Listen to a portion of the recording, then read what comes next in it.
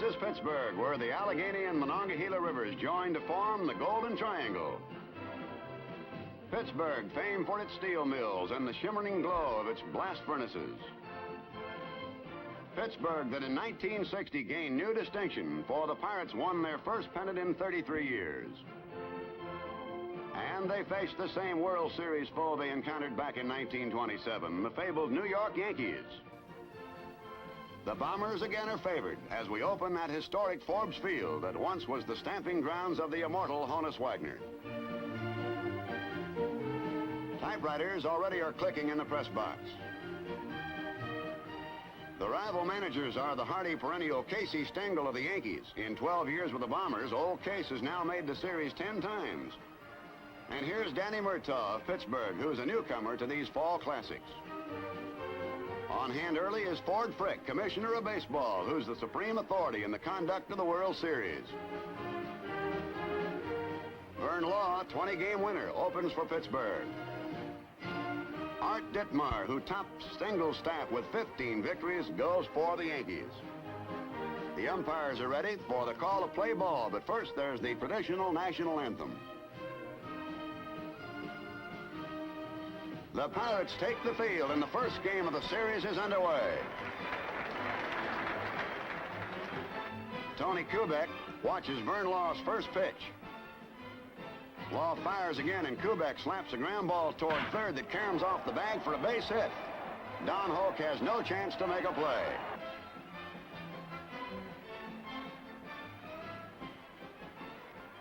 Hector Lopez, after failing in an attempt to bunt, hits a ground ball past the mound to Mazeroski. He tags Kubek and throws to first for the double play.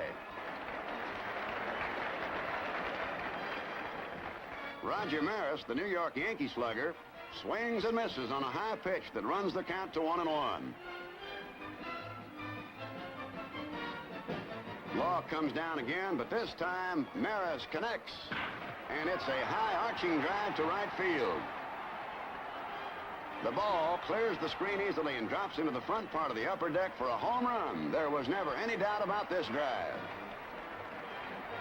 The Yankees are out in front 1-0. They give Maris a happy reception.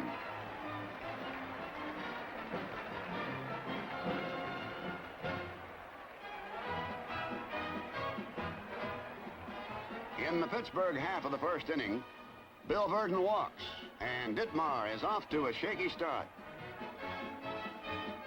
Checks the runner at first. And there goes Verdon down to second. Yogi Berra's throw sails into center field, and Verdon races on to third. It's a stolen base and an error for failing to cover second. Dick Grote, an excellent right field hitter, proves it again when he deftly punches an outside pitch into the opposite field for a double. Verdon trots home with a tying run.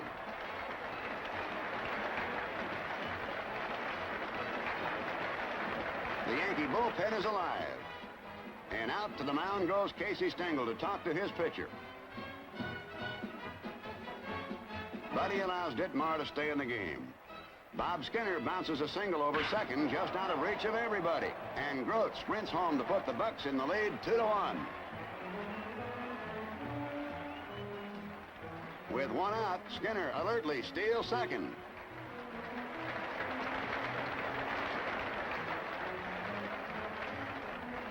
This pays off as Roberto Clemente singles through the middle on another bouncing hit. It sends Skinner home, and the Pirates have a 3-1 lead.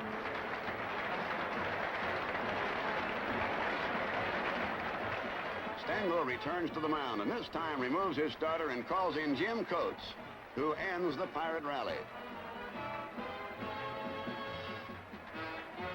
In the Yankee second, with 2 men on first and second and 1 out, Richardson flies to Skinner, and Berra is doubled on second base at a very close play.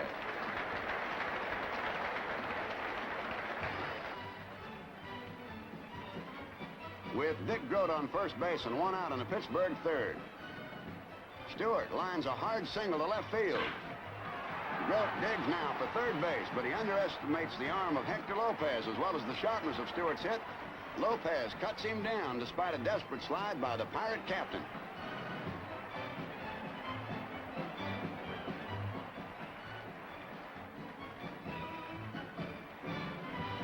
is on the deck in the Yankee fourth as Mantle walks following a single by Maris. Law checks at second, then pitches. Berra hammers a terrific drive to right center field. Both Burden and Clemente race for it, but Burden hauls it down with a great running catch. Later in the inning, the Yankees add a run to make it 3-2. In the Pittsburgh fourth, coach retires Burgess but walks Don Hope. Mazeroski fouls off a pitch. It's strike two, but coach makes the next one too good, and Mazeroski slams a long one to left. It sails over the scoreboard and drops among the trees of Shenley Park, a wallop of more than 400 feet. Here comes Mazeroski trotting home behind Hope, and the lead by 3 runs. The score is 5-2, and with a 3-run lead, Vern Law is pitching superbly. In the New York sixth, Mantle is called out on strikes. Then, after Berra flies out, Skowron is also a strikeout victim. Law retires the Heart of Murderers Row on just 11 pitches.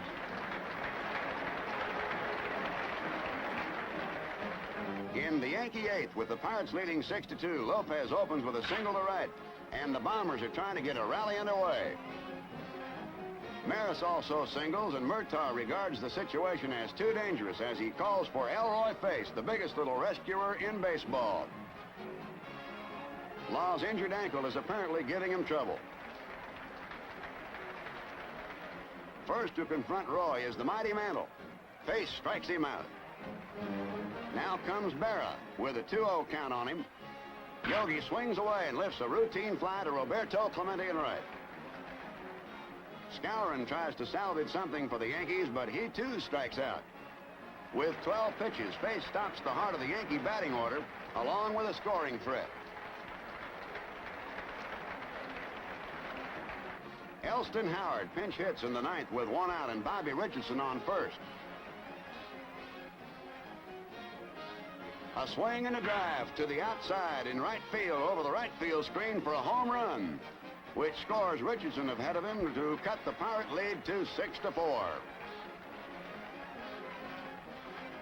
The Yankees feel they're back in the ballgame. Tony Kubek singles to center, and they seem even more certain of it. Face doesn't appear to be too disturbed as he calmly works on Lopez, who slaps the ball to Mazeroski. It's a double play. Mazeroski wrote to Stewart, and the Pirates win 6-4. The Bucks swarm around Face to congratulate him on his plucky relief hurling, while the defeated Yankees trudge silently back to their dressing room.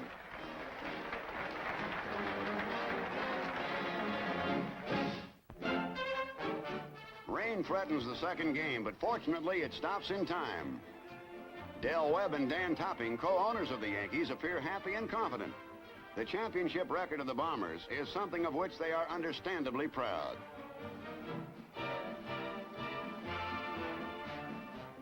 And so it's Friend against Turley in Game 2. And with Bob Friend on the mound, the Yankees start rolling as Kubek flips a little pop fly into left field. It gives him an opening hit in each game so far. Kubek tries to catch the Pirates off guard as he sprints for second. But Burgess fires to Mazeroski, and Tony is out on the first attempted steal by the Yankees in the series.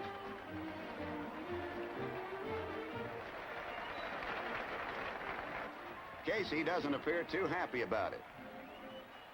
With Fred Green pitching in the fifth, Maris is on first, and the Yankees are leading 3-1. Mickey Mantle levels on one for a homer to right field, scoring Maris ahead of him. It's number 12 for Mantle in World Series play, breaking a previous tie with Duke Snider and putting him only 3 behind Babe Ruth, the greatest slugger of them all. The Yankee margin is now 5-1.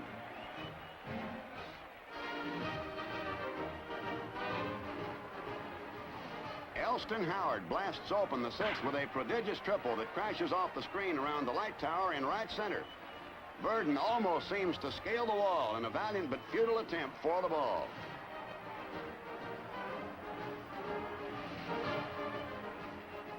Richardson lines a double to left as the Bombers appear in an explosive mood.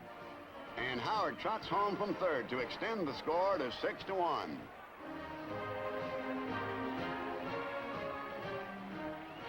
That's all for Fred Green. Danny Murtaugh signals for Clem Levine. It's nothing new for him, for as a former Dodger, he has faced the Yankees in other World Series.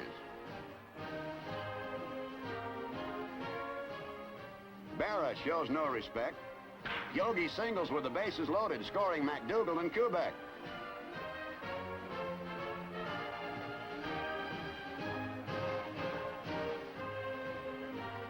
Because of an intervening hit and an error, there are now 4 runs across the inning with 2 men still on base. Skowron singles to keep the Yankees on the rampage. Maris jogs home and Berra gallops to third, and the Bombers are bombing 10-1. Here is Murtaugh back on the mound for another pitching change. He summons George Witt, a young right-hander who manages to get the side out at the expense of 2 more runs, which makes it a 7-run inning for the Yankees and a bulging 12-1 margin. Joe Gibbon is pitching for Pittsburgh in the 7th. 2 on and 1 out as Mantle rockets a tremendous drive to right center field. Burden goes back, and then watches, of course, in utter amazement as the ball sails high over the 436-foot sign. No other right-handed batter ever cleared the wall at that point. 3 more runs cross the plate on this blast.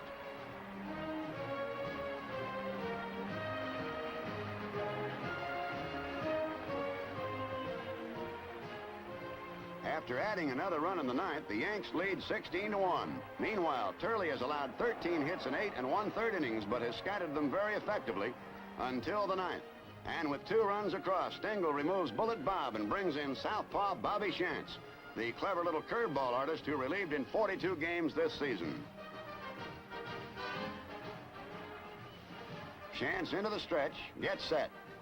And Don Hoke hits a comebacker. Bobby turns it into a double play. New York wins it 16-3, and the series is tied at 1-all. Pittsburgh fans are gloomy, but they had witnessed some fabulous slugging by Mickey Mantle. For the 3rd game, the scene shifts to New York and Yankee Stadium. From the days of Babe Ruth, this has become a traditional setting for baseball's classic. In 37 years, there have been 23 World Series played here. Among the early arrivals is John W. DeGalbraith, personable president of the Pirates. He's joined by General Manager Joe L. Brown. They radiate optimism, and so does Pittsburgh Vice President Tom Johnson. This 3rd game will be an all-southpaw duel. Vinegar Ben Mizell will start for Pittsburgh, and Whitey Ford, a veteran of these pressure events, is Stengel's choice.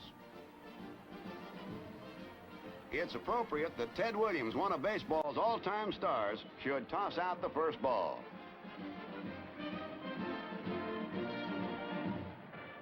Whitey Ford cuts loose with his first pitch to Burden, and the bid for the series lead is underway. With runners on 1st and 3rd and 1 out in the New York half of the 1st, Bill Skowron bounces a single to center field, and Bob Serve scores to make it 1-0.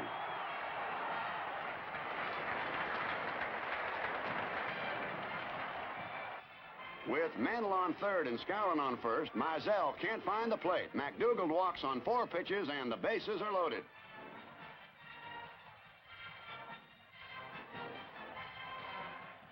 Clem Levine is summoned from the bullpen as manager Murtaugh decides to make a pitching change immediately. The Bucks are in trouble with the bases loaded and only 1 out.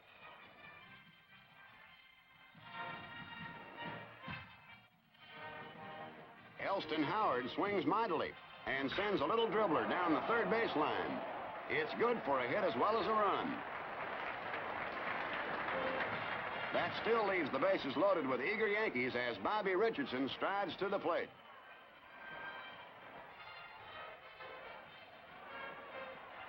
Bobby fouls off a pitch, and the count goes down to 3-2.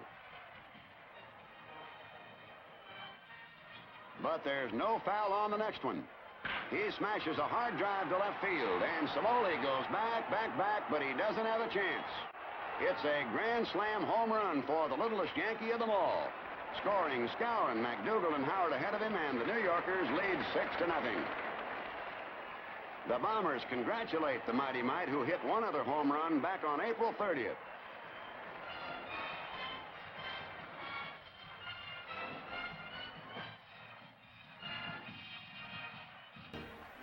It's a mighty quiet Pittsburgh bench.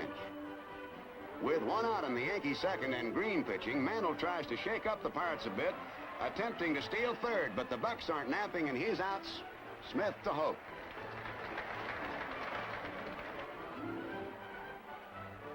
Billy Burton crashes a double off the auxiliary scoreboard in right center to lead off the Pittsburgh fourth.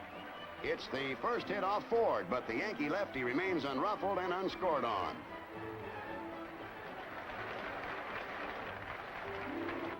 In the Yankee fourth, with Ford at third, Mantle meets one of Green's pitches with another of his whip-cracking swings.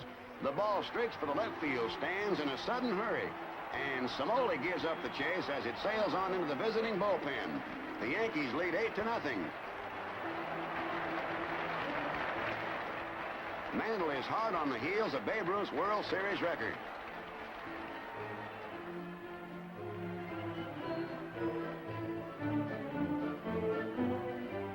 After a couple of more hits, Green heads for the showers, and George Witt tries to stem the tide. Another hit follows, and for the second time, Richardson steps to the plate with the bases jammed. Witt is set to pitch. Does, and Bobby lines the ball into left field for a single, scoring Skowron and McDougal to give the Yankees a 4-run inning and a 10-0 lead. And for little Bobby, it's another record.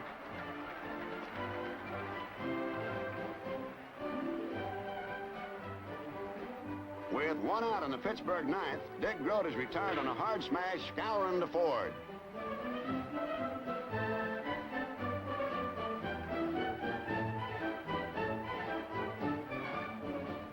With 2 on and 2 out, Ford's shutout suddenly is in jeopardy, but not for long. Samoli strikes out, and the Yankees win it 10-0. Whitey Ford has pitched New York into a 2-1 lead in the series, and the Bombers appear irresistible as Bobby Richardson joins the ranks of his power-hitting mates.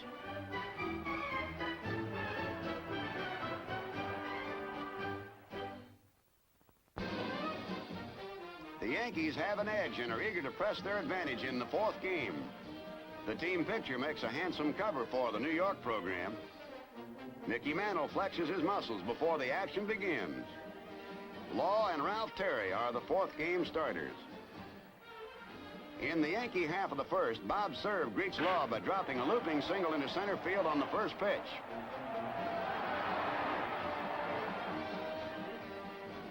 Law pitches to Kubek, who lines a double to left field, and Cerv gallops to third.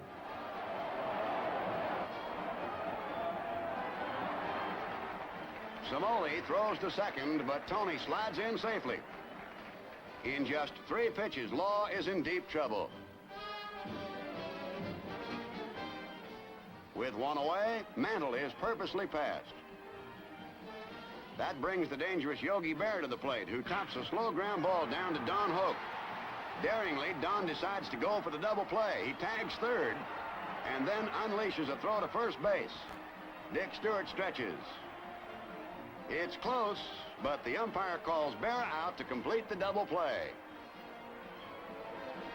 Law has pitched himself out of a jam that for a few moments looked like the start of another typical Yankee rout.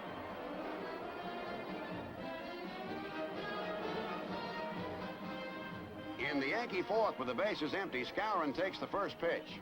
Then Bill pounds a home run over the 344-foot sign in right field for the first run of the ballgame. It was the sort of outside pitch the former Purdue star loves to hit to the opposite field. He now has 5 World Series home runs.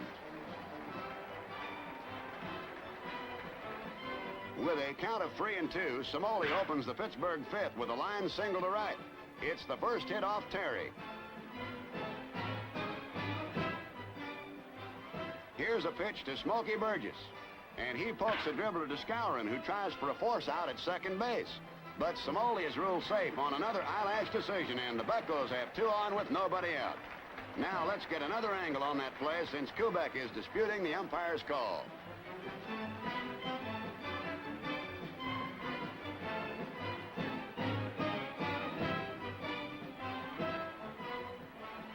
After 2 out, Law picks on a pitch and bombs a double that caroms off the curving wall in left, and Samoli scores while Burgess halts at third. Law delivers a timely blow and ties the game at 1-1. Verdon, with a 2-strike count on him, bloops a single in front of the charging Mantle. Burgess and Law race home, and the Pirates are out in front, 3-1.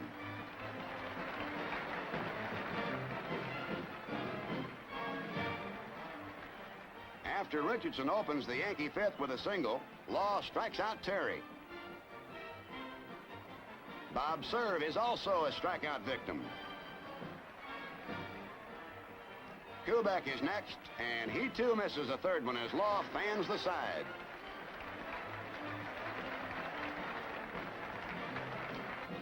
Bill Skowron blasts open the 7th for the Yankees with a liner down the right field line that bounces in and out of the stands. It's a ground rule double.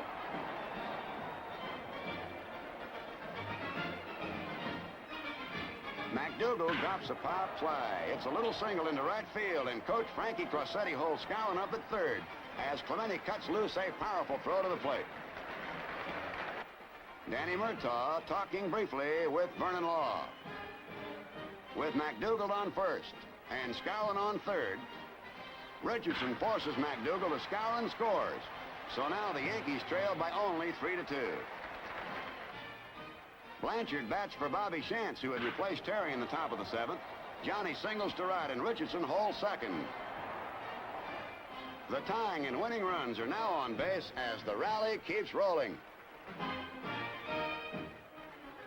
Murtaugh returns to the mound and once again replaces Law with little Elroy Face. The Pittsburgh relief ace gets ready as Bob Serve steps to the plate with 2 on and 1 out. He promptly hammers a tremendous shot to right center field, and it looks like extra bases. But Billy Burden is racing across and makes an almost unbelievable leaping catch.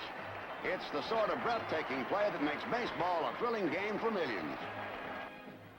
With Jim Coates pitching for the Yankees in the 9th, Don Hope wallops another long drive into the right center field section. And this time it's Mickey Mantle's moment to turn it on. He does with a spectacular running one-handed catch.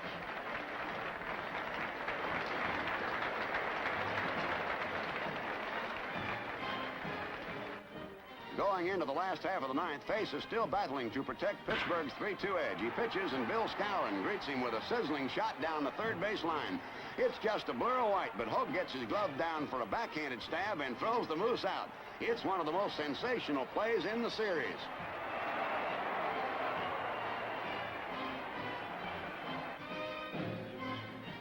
After 2 out, Dale Long bats for Richardson. He shoots for the right field seats, but lifts a towering fly instead to Bob Clemente, and the Pirates win 3-2. The World Series is all square again at 2-2. Rebounding from 2 crushing defeats, the Pirates depart in a jubilant mood with Vern Law and Elroy Face. Collaborating successfully a second time, they had the pitching along with the miraculous fielding to neutralize the Yankee power. Yankee Stadium is jam-packed for the critical 5th game that will mean the edge for one of the contenders. However, the 2 managers, Danny Murtaugh and Casey Stengel, seem perfectly relaxed. Art Ditmar, defeated in the opener, starts again for the Yankees. And Harvey Haddix, who once pitched 12 perfect innings, goes for Pittsburgh. Ditmar gives up his first hit when Dick Stewart picks on a pitch in the 2nd inning and singles to left field.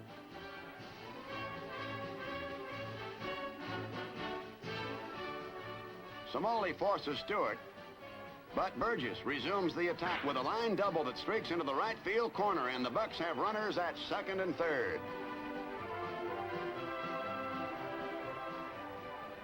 Don Hoke grounds to short, and Kubek tries to nail Burgess going to 3rd. However, McDougal drops the ball while trying to make the tag. Burgess is safe, Somoli scores, and Hoke dashes all the way to second while McDougal is charged with an error. Bill Mazeroski swings on the first pitch and bounces the ball over third for a double. It's the sort of a hit they sometimes call a groundkeeper's hop. Burgess and Hoke score, and the Pirates have jumped off to a quick 3-0 lead.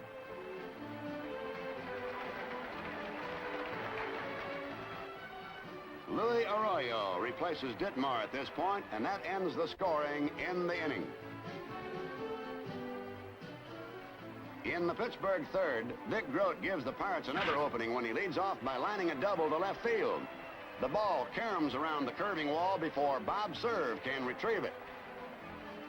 Dick Groat reaches second base standing up. Arroyo gets 2 quick strikes on Clemente, but then the Pirate star singles to left field. Serve has no play, and the Pirates lengthen their margin to 4-1 as Groat scores easily.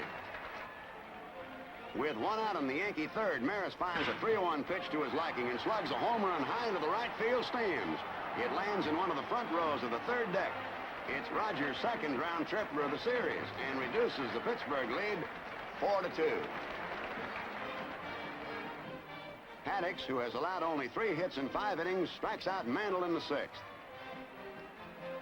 And with 2 out, Elston Howard is completely baffled by an off-speed pitch as he watches strike 3. With 2 Yankee runners on the bases and 1 out in the 7th, Murtaugh believes that Haddix is tired, so Roy Face makes his 3rd appearance in the series. Haddix is generously applauded by the New York crowd. Face smothers the Yankee threat, fanning Maris for the 3rd out.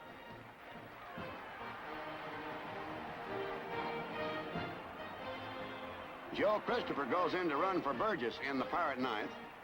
And when Ryan Duran unleashes a wild pitch, Christopher breaks for third base. He dives headfirst and slides in safely despite Yogi Berra's quick recovery.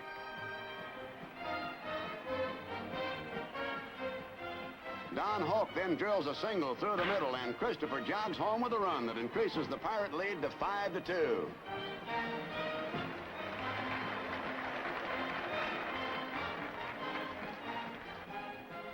John Blanchard bats for Duran in the last half of the 9th. With 2 out, he's the last hope of the Yankees, but Blanchard flies to Clemente in right field, and the Pirates win 5-2 and take a 3-2 edge in the series. Once again, it was relief ace Elroy Face who wrapped it up. He's been the finisher in all of the Pirate victories.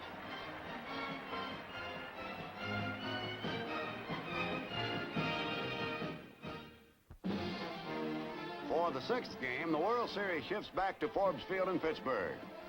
The Pirates show an eagerness for action as they work out. They need only 1 more victory to take the series.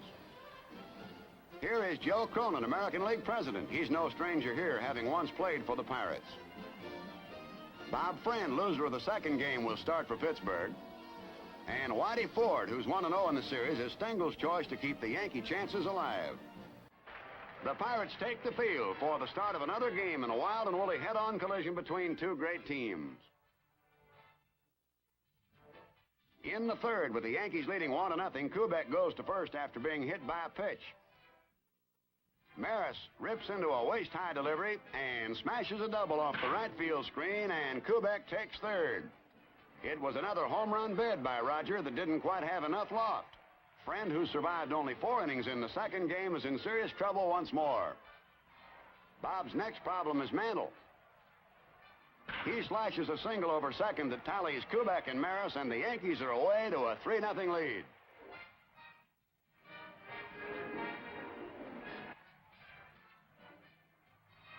Yogi Berra up, and he takes the same center field route with a single.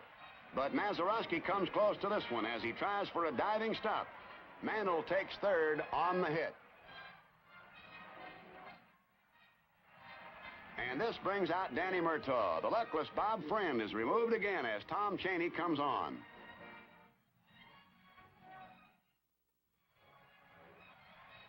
After the Yankees add a 3rd run in the inning to make it 4-0, Bobby Richardson pulls a long drive to left field. It sails over the head of Gino Somoli and is in there for a triple. Berra and Blanchard tally to make it 11 runs batted in for Little Bobby in the series. It's a new record. In the Yankee fourth, Maris lifts a high pop foul behind the plate. Hal Smith makes a desperate try for the ball, finally spilling over the railing and plunging headlong into the box seats.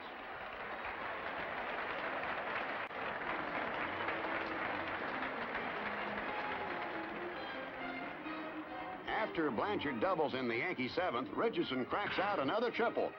This one is off Clem Levine. It drives in his 12th run of the World Series. Each time the stocky 165-pounder hits the ball, it seems to go farther.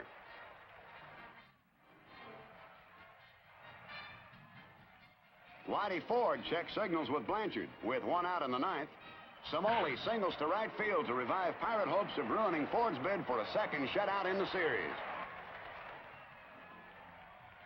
That brings up Pittsburgh catcher Hal Smith. He grounds to Cletus Boyer, who throws to Bobby Richardson. Bobby relays on to Skowron, and it's a game-ending double play.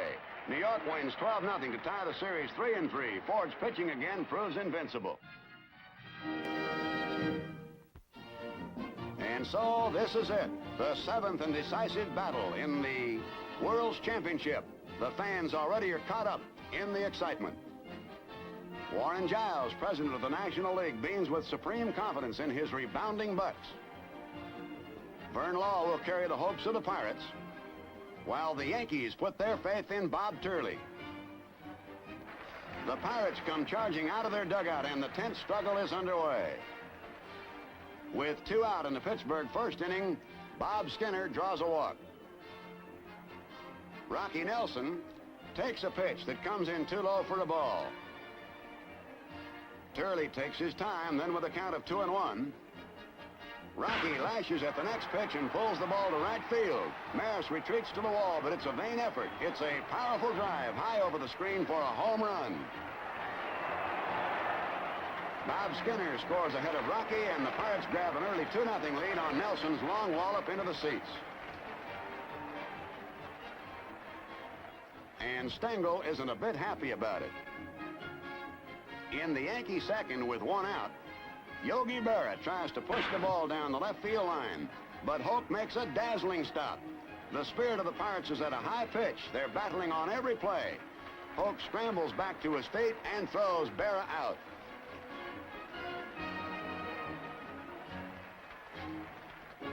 Leading off the Pirates' second inning, Smokey Burgess hits a shot down the first base line. Skowron dives for it, but the ball gets by him for a single.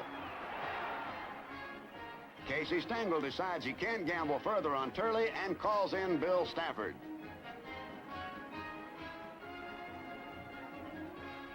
With 2 away, Mazeroski is on second, Hoke on third. Stafford struggles to get out of the jam, but Burden singles to right. Mazeroski and Hoke score, and the Pirates move out to a 4-0 lead.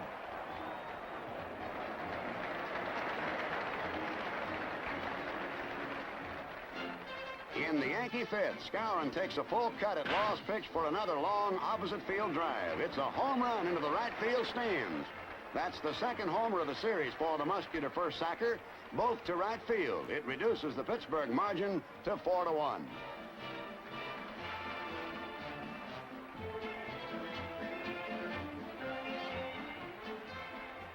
After Richardson opens the Yankee sixth with a single, Tony Kubek walks.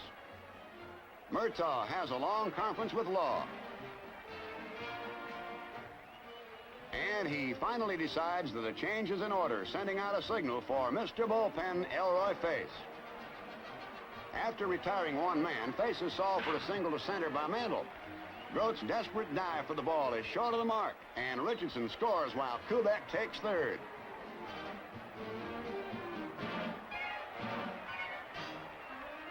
Face goes into his stretch, throws, and Berra gets around on the pitch for a high fly ball to right field. Yogi leaps up and down like a rookie as he sees the ball settling into the right field upper deck. Kubek scores first. Then Mantle and the happy Yogi come around to cross the plate. Yogi gets a big welcome from his Yankee mates, whom he suddenly has lifted into a 5-4 lead. But New York isn't through yet. The Bucks take the field in the eighth, as they come storming out of their dugout. Quickly, the Bombers have a couple of runners aboard. Blanchard singles to right center, scoring Berra and sending Skowron to third.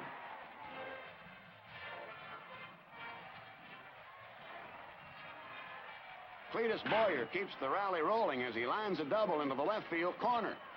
Skowron scores, and New York has a 7-4 margin in the final game of the series.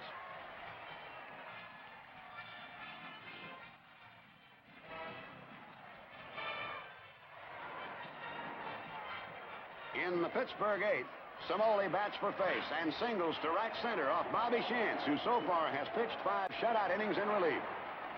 Pirate fans are hopeful of a typical Buck rally.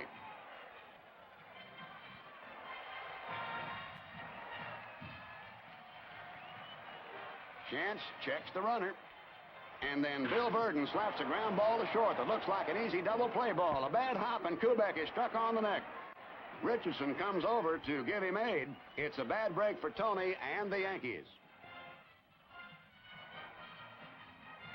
Slow motion film reveals the sharpness with which the ball bounded up so that he couldn't even get his hands up fast enough to protect himself.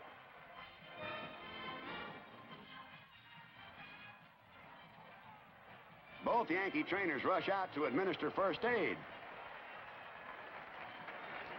Manager Casey Stengel also joins the group. Kubek wants to remain in the ballgame, but Casey sends him to the clubhouse. Billy Burden is credited with a hit. The Pirates are driving as DeMaestri replaces Kubek. The game resumes, and Shantz tries to overcome the bad break, but Dick Groat singles to left field, scoring Samoli while Burden stops at second. The Pirates have moved into a threatening position again. They've cut the lead to 7-5 and have the tying runs on. Now Stengel is out at the mound. He removes Bobby Shantz, who had hurled shutout ball before luck ran out on him in this frame. Jim Coates takes over and retires the next 2 men. Then Bob Clemente tops the ball for a dribbler towards first. As Burden scores, Skowron grabs the slow roller, only to find that Coates is also over to make the play. There is nobody covering first, and Clemente beats it out for the base hit. With Groat on third and Clemente on first base, Hal Smith steps to the plate, settles in his stance, and then misses a vicious swing at a high fastball. The crowd is tense. When Coates again delivers the same type of fastball that Smith had just missed, it's a far different story on this swing. There she goes out toward the red brick wall in left center. Berra chasing, but it's gone for a home run, scoring a good 15 feet above the wall near the 406-foot marker.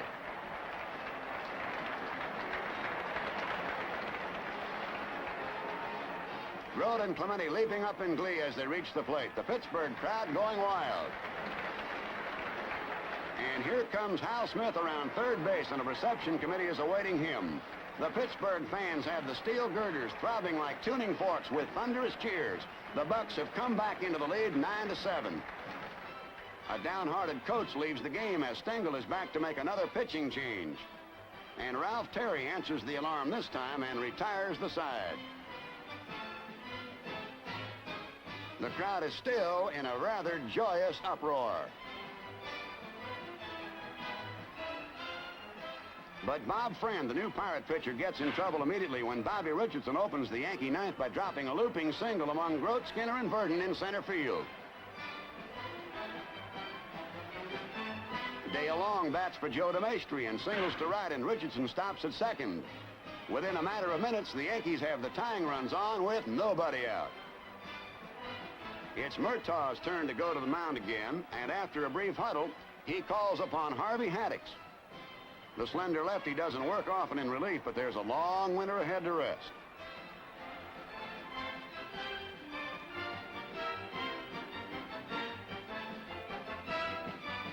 After Roger retired with Yankee base runners on second and first, Mantle singles to right center. It's a key blow, for it sends Richardson home while Long storms to third with the tying run, and there still is only 1 man out. The clutch-hitting Yogi Berra smashes the ball down the first base line. And Nelson makes a spectacular stop and steps on first base, retiring Yogi. But Mantle evades his frantic tag and dives safely back into the bag. Meanwhile, the run scores and the game is all tied 9-9.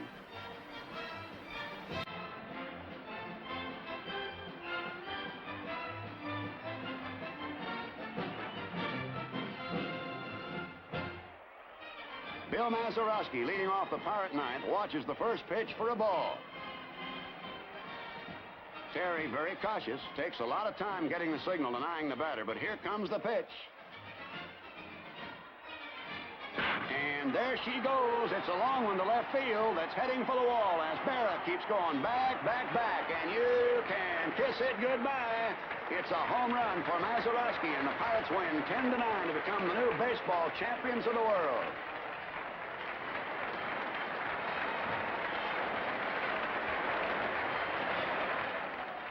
Pittsburgh fans waited 33 long years for this. The victory of the Pirates was essentially a team triumph. It was a tribute to their indomitable spirit that they kept rebounding from crushing Yankee bombardments and then finally won it by stealing the very long ball thunder of the Bombers. Even Hollywood couldn't have dreamed up a more thrilling finish, and it came with a dramatic impact that makes baseball unmatched in the world of sports.